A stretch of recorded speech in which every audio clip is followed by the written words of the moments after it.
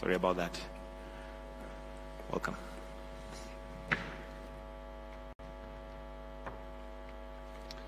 Thank you very much, moderator. Let me recognize President Ruto, our host. Thank you for the good messages you have given us in your opening speech. Let me acknowledge the presence of my fellow heads of state and government, Chairperson of the African Union Commission, honorable ministers from all our countries that are present, business community members that will be with us today. Let me also simply say, distinguished ladies and gentlemen, and indeed the media. First, our hearts go out to you, President Ruto, and the people of Kenya for the loss of lives arising from the floods that Kenya and other parts of our continent are experiencing. The loss of lives, property, dislocation of people is regrettable. It's ironic that you're going through floods here when we in Zambia and the rest of Southern Africa are experiencing the worst drought in recorded history. Yet we are just, for us, 2 hours and 30 minutes away from you. So floods here, drought there. Climate change is really distorting our lives. Let me also acknowledge those that have spoken before me. The issues they've raised are all valid, and that's what brings us here together in this summit. Fertilizer and the health of our soils.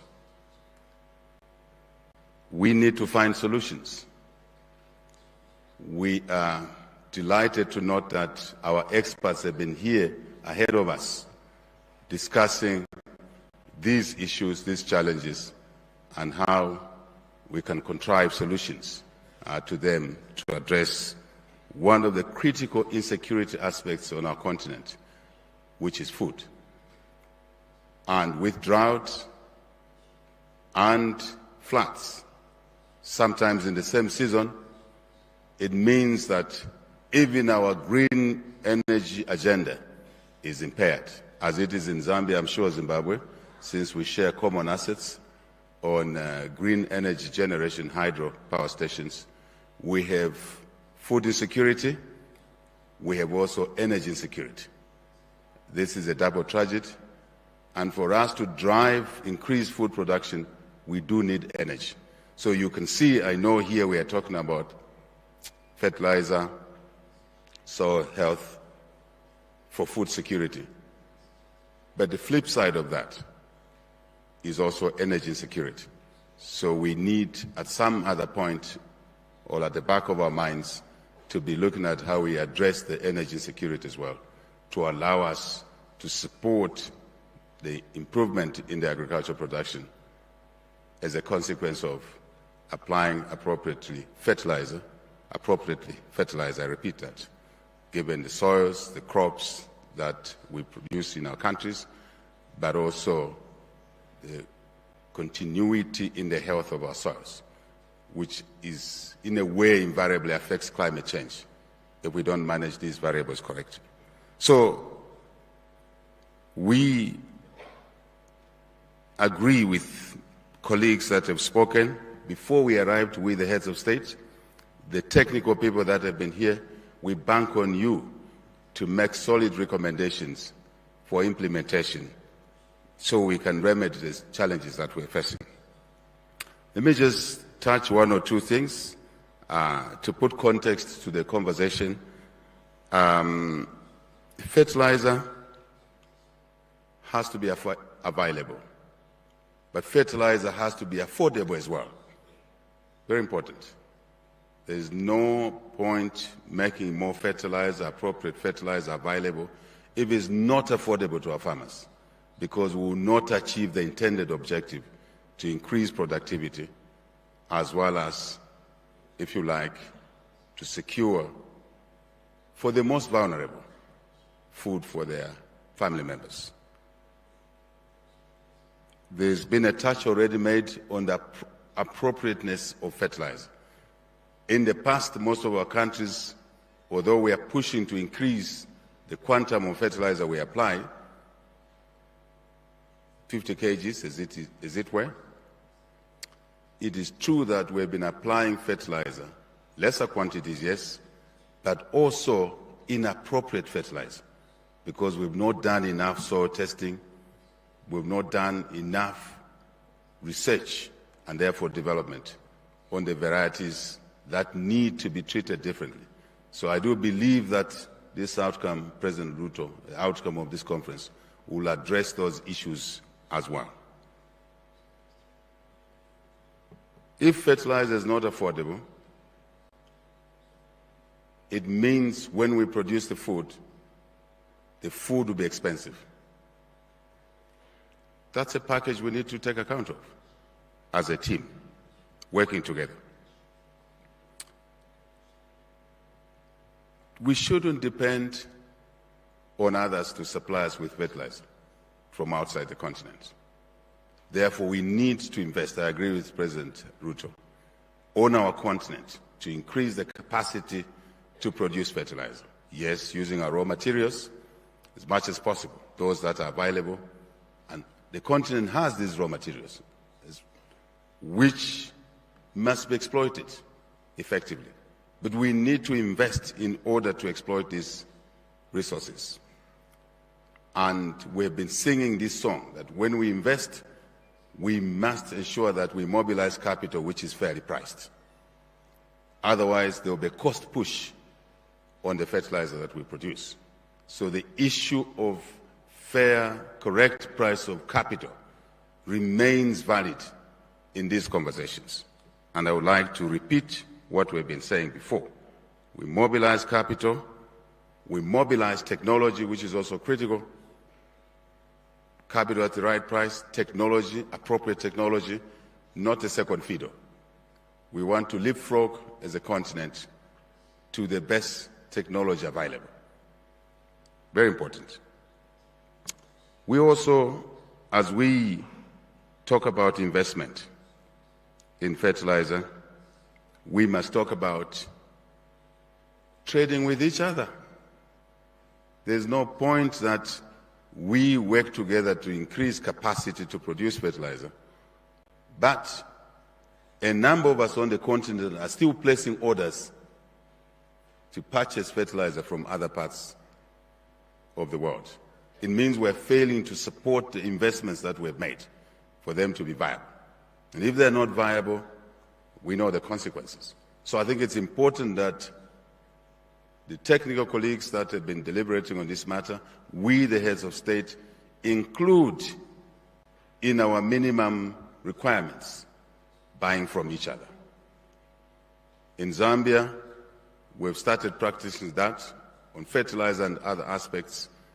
2 years since we took office, 2.5 years now, we've been able to move from almost a zero situation or minimum situation of producing fertilizer, especially the best dressing, to self-sufficiency, and we'll be moving towards self-sufficiency on the top dressing. But we have also deliberately said that we shall practice what we're calling positive discrimination, buy from ourselves. So that should apply for us. What we don't produce, buy from Zimbabwe, buy from Kenya, buy from someone else on the continent. But I think this is something that we must make as a minimum amongst others, that we buy from ourselves. Then we can commercially support the decisions that we'll be making out of such conferences. Abuja declarations a long time ago. Why haven't we made progress? We need to introspect and begin to address those issues that have not allowed us to make progress as we would have loved to. Let me also indicate something here, which I know has been touched by colleagues already, even before we arrived, we who came only last night, and to be here for this morning's conversation. I think while we want to apply appropriate fertilizers, quantities, take account of soil types, yes. But productivity carries a very important value here. We shouldn't be going for putting on farming or bringing into farming activities all the hectareage that is available and can be farmed. We can avoid that, because if we go that way, we'll damage the environment further. It will instigate more floods, more droughts. We know that on that side. I think we should drive productivity to levels where the hectares under cultivation doesn't necessarily have to expand by bringing down more trees, but by utilizing with a higher productivity the hectares that we already have under cultivation. I think that's very important, so that we manage the two evils, food insecurity, but also reducing climate damage, so to say. I think then we'll be more and more complete as a continent. I must also say, again, with the drive on climate change, droughts, we need to invest in agriculture driven by irrigation as much as possible. So I'm just touching on things that I think we should be alive to as we come to maybe reaching conclusions whenever we do that. Precision irrigation is very important.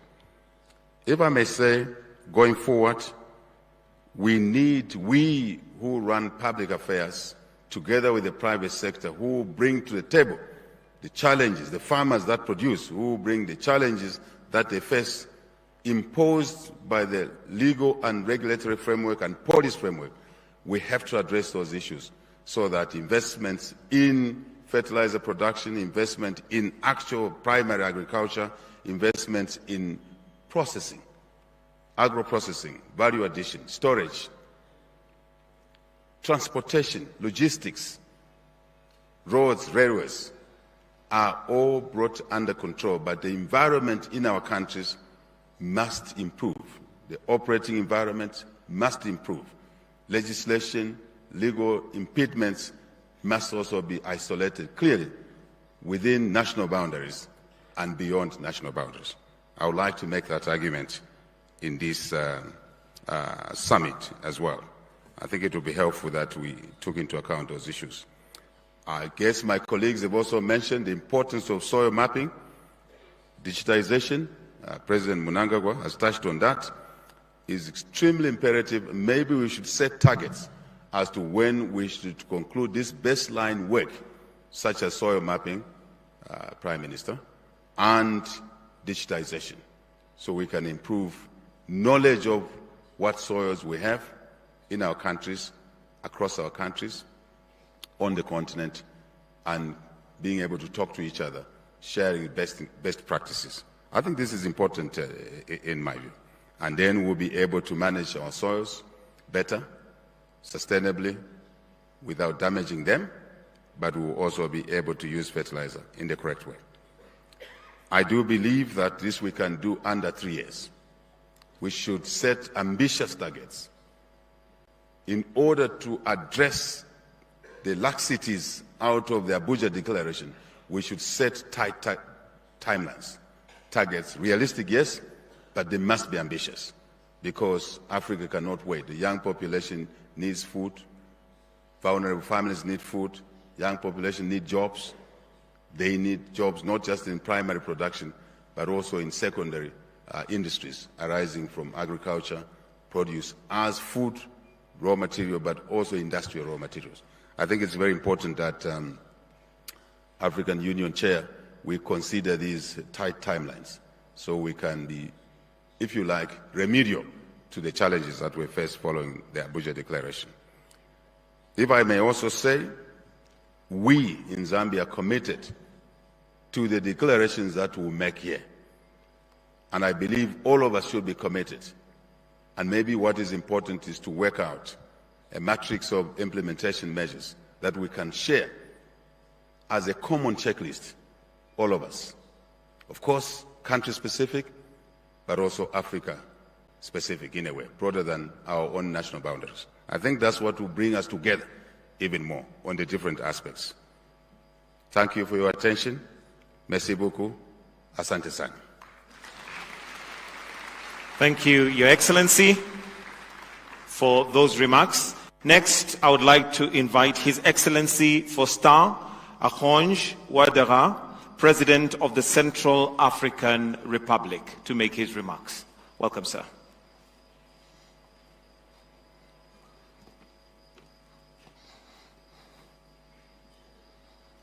We can encourage him with a clap as he comes up.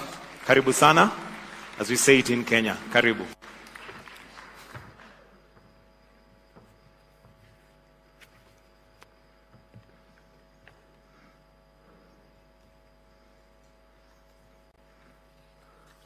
Excellence, Dr. William Samuel Ruto, Président de la République